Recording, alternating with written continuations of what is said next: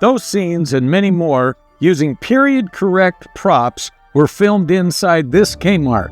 Hi, and welcome back to Our Side of the Story. I'm JB Holbert, and this channel is all about storytelling, whether it's books, screenplays, or film from our side of the story. In this video, we're going to show you how we added props to our movies, Hazel and Medora, to bring them to life. Our movies are true stories that took place in two different time periods in rural North Dakota. Medora, Empress of the Badlands, the story of the Marquis de Moore, a French aristocrat that came to the wilds of western North Dakota Badlands to start a cattle empire.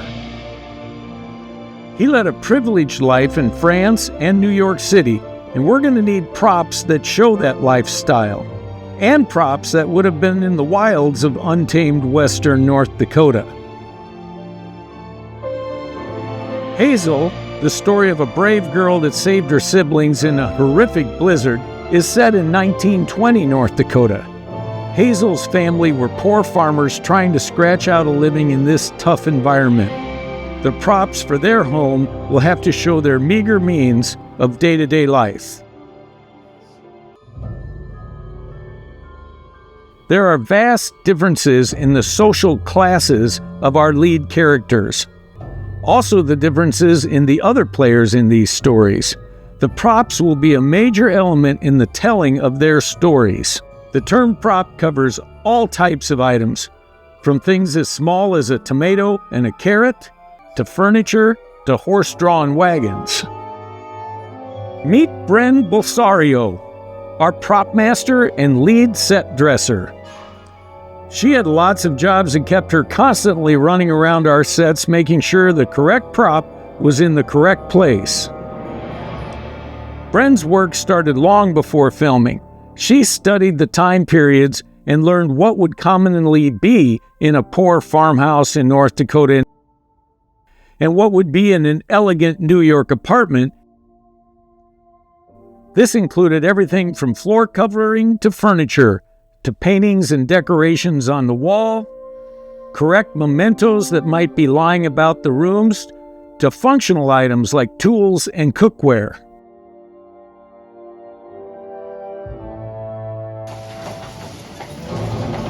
Both of these movies are set at a time when horses were the main means of travel, so horse tack, like saddles, halters, and spurs, would have been common.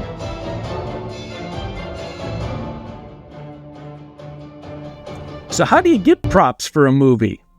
If you're in Hollywood, you go to a prop rental house, spend thousands of dollars, even millions of dollars, and get what you need. If you're in North Dakota, where we are, you go on a giant scavenger hunt. We put out the word with all of our friends and family that we were looking for all kinds of antiques. Many wonderful people in North Dakota were willing to loan valuable antiques and family heirlooms to us for making our movies. It became Kaylee's very important job to track where we got the prop pieces from so we could return them to their rightful owners when we were done filming. One surprising source of amazing props were the museums of our state. Our Hazel story is a true story that took place in Oliver County, North Dakota.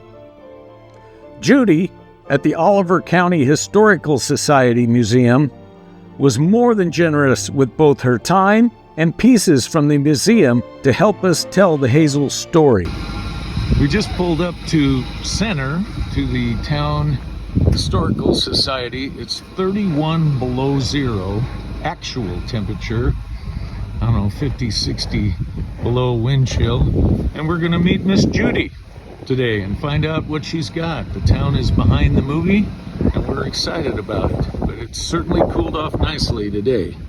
31 below. In the trailer here.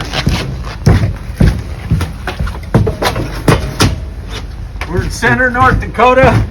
It's 30 below. And we're loading out some things from the beautiful museum here, Historical Society. Oliver County Historical Society. Oliver County, and Judy's been a doll to work with here. Thank you. One example of a fun piece we got from Judy was this old farm bathing tubs.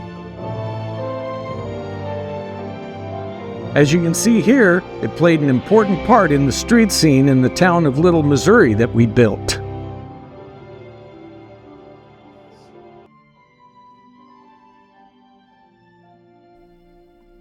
Kathy, at the Lewis and Clark Museum in Alexander, North Dakota, loaned us many pieces that helped us decorate the rooms in the sets we had built. Trains played an important part in the movie Medora. I've always been kind of a train buff, so this was an exciting part of the scavenger hunt for me. I found this train at the 1880 train yards in Hill City, South Dakota. They operate a train for tourists that runs from Hill City to Keystone every day in the summer. This locomotive was used by Steven Spielberg in his movie Into the West. I found this beautiful businessman's Pullman car from the 1880s in Valley City, North Dakota. It is a beautifully maintained rail car that must have been the equivalent of a private Learjet in its time. The reason for the Marquis de Moore to develop a cattle empire in North Dakota was the recent introduction of refrigerated rail cars that could ship processed beef across the country. We found one of these cars and many other great railroad items right in our backyard at the Mandan Railroad Museum. Thank you, Bill Ingleter and the Mandan Rail Museum. We ended up borrowing items from their museum and built our own railroad car right in the Kmart studio. For scenes that involved the refrigerated freight car, we filmed those on location at the Mandan Rail Museum. Other big pieces we needed to tell our story were horse-drawn wagons and sleighs. I had a couple that had been generously given to me.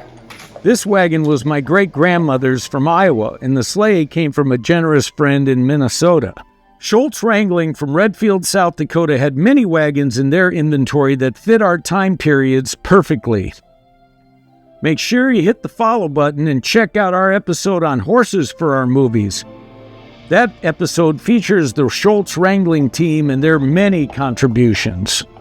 We were still missing an important wagon. We needed a wagon to bring Medora into the town her husband had built for her in our story in grand style. Dan Belinsky, our director, had told me it would need to be a scene similar to Dorothy arriving in Oz. I was out at Dave Hermanson's horse farm south of Mandan because he was donating some old barn wood to help us build our sets.